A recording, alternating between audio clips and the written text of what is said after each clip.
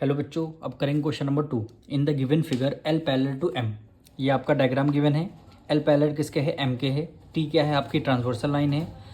If angle 1 and angle 2 are in the ratio 5:7।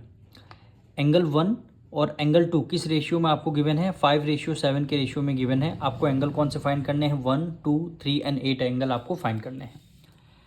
तो सबसे पहले हम लिखेंगे क्या, हमें कौन कौन से एंगल फाइंड करने हैं। टू फाइंड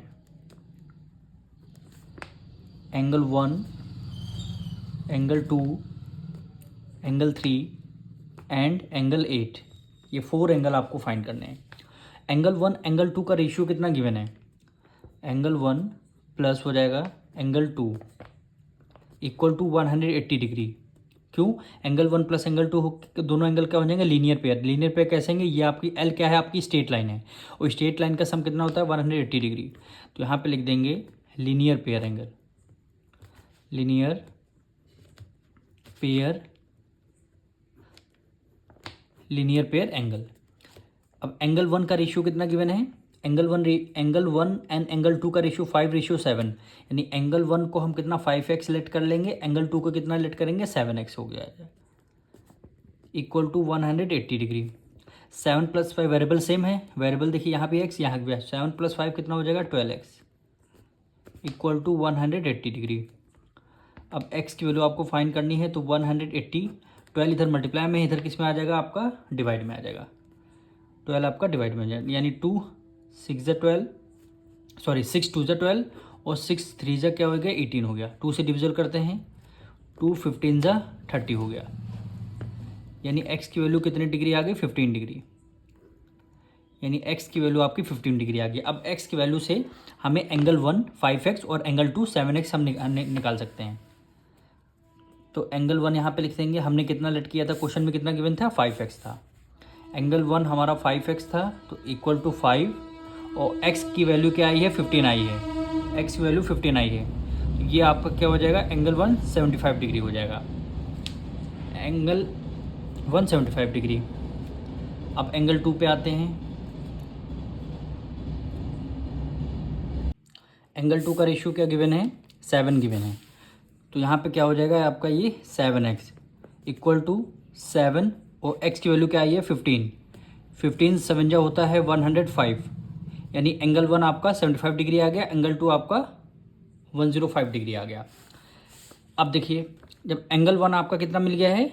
एंगल 1 की वैल्यू आई है 75 डिग्री, तो एंगल 1 की जगह हम लिख देते हैं 75 degree.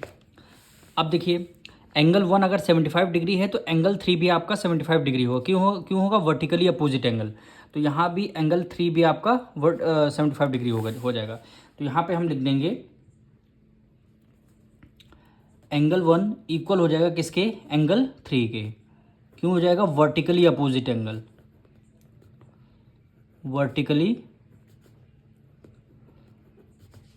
Opposite angle. Vertically opposite angle.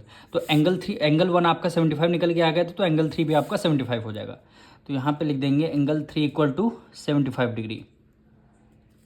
Angle 3 आपका कितना आ गया? 75 डिग्री।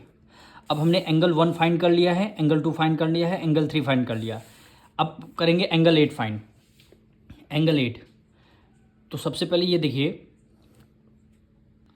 एंगल 8 निकालने से पहले सबसे पहले ये देखिए, एंगल 3 इक्वल हो जाएगा किसके? एंगल 5 पे। क्यों है? Alternate interior angle. दो पैरेलल लाइन है, ये ट्रांसवर्सल आई है, तो एंगल 3 इक्वल टू हो जाएगा एंगल 5। उस एंगल का नेम क्या देंगे? Alternate interior angle. Angle 3 equal आ गया एंगल 5 के, तो इसको क्या देंगे? Alternate interior angle. तो alternate interior angle.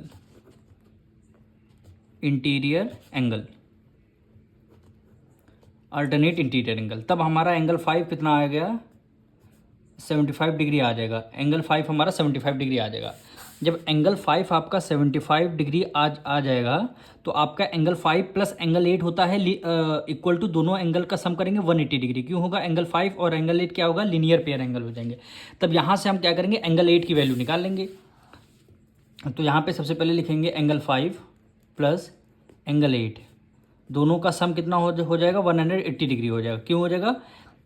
Linear pair angle यहाँ पे लिखते हैं। क्यों? लीनियर पेयर एंगल क्या हो जाएंगे? Linear pair angle. एंगल 5 हमारा कितना 75 डिग्री है।